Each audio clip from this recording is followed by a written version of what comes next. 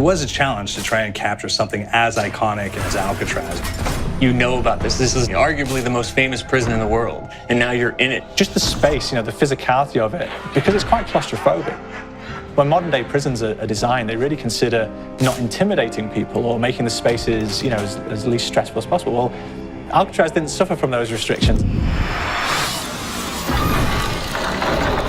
They did the research, they went out, studied Alcatraz, not just from books or internet. They were actually there to feel the environment, so it really sets a mood that gets you a little spooked. Well, we kind of started with the base layout of Alcatraz. The entire island we ended up roughing out in kind of a white box form, and then figuring out what play spaces we wanted to use out of that, what would be the most interesting areas to play in, and the connections between spaces, and spaces that the public doesn't necessarily get to go into. We really did a lot of pushing to really enhance that psychological horror aspect that we're really looking for. And this is a really good opportunity to really tell something special. Like I got stuck right through the gates to hell! This time around, I feel like it's been identified that there are these side missions that you're going to go out and try to accomplish. Al and the rest of the groups put together this escape plan, but the point is to get the parts and assemble this plane so they can get off the island. We did something new for the first time. We have actually contextual music that goes off. So that's a first for zombies. And it's all based around this horror thriller aspect. Every location will have a specific stinger that you hear when you find it, when you discover it, when you start unraveling the story, we start building on the music that you're hearing, and it's really enhancing that experience and going along with it in parallel.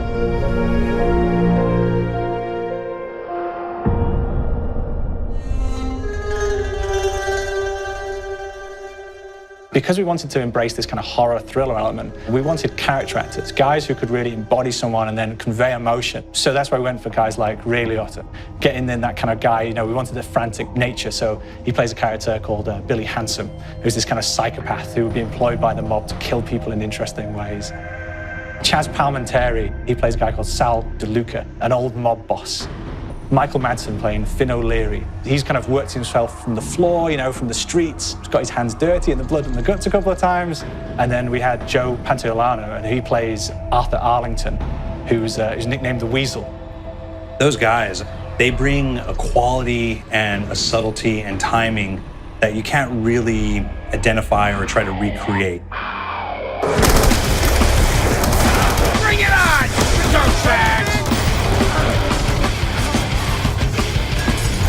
You start off in the afterlife mode, and that's just going to be what's going on. You're going to try to solve the mystery from the second you start. Afterlife, to me, brings a new element, like a new puzzle element. It forces me to think a little bit more or look for the clues or kind of think of zombies on a slightly deeper level. You see clues throughout the map that tell you, ooh, perhaps if I'm in the afterlife, I can interact with this object, or there's some puzzle going on here that I need to be in the afterlife. Back east, I whacked a dirty dentist with one of these. Took forever, too. Alcatraz has a Civil War kind of fort background before it turned into a penitentiary.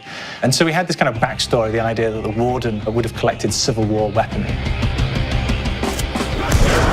One of them is a blundergat. It's a fictional weapon, but the idea of the combination between a blunderbuss and a Gatling gun.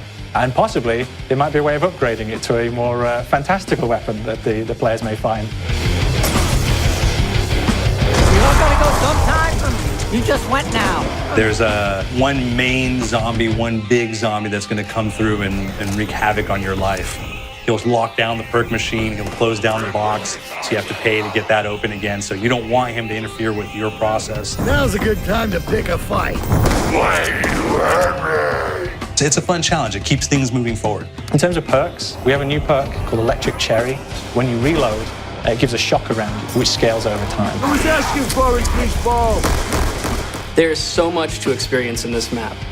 Every time I play it, there's a new tactic to take, a new experience, a new objective to go for. But there's also this layer of things that we aren't exactly exposing to the players right off the bat and will need to be discovered. Don't let me go. Is it the calling we hear? we've got the undead in there, we've got these historical elements, and these fantastic actors all seem to be with peace with each other in this kind of same world. So it's magical, and our team is incredibly excited by it. This is the call.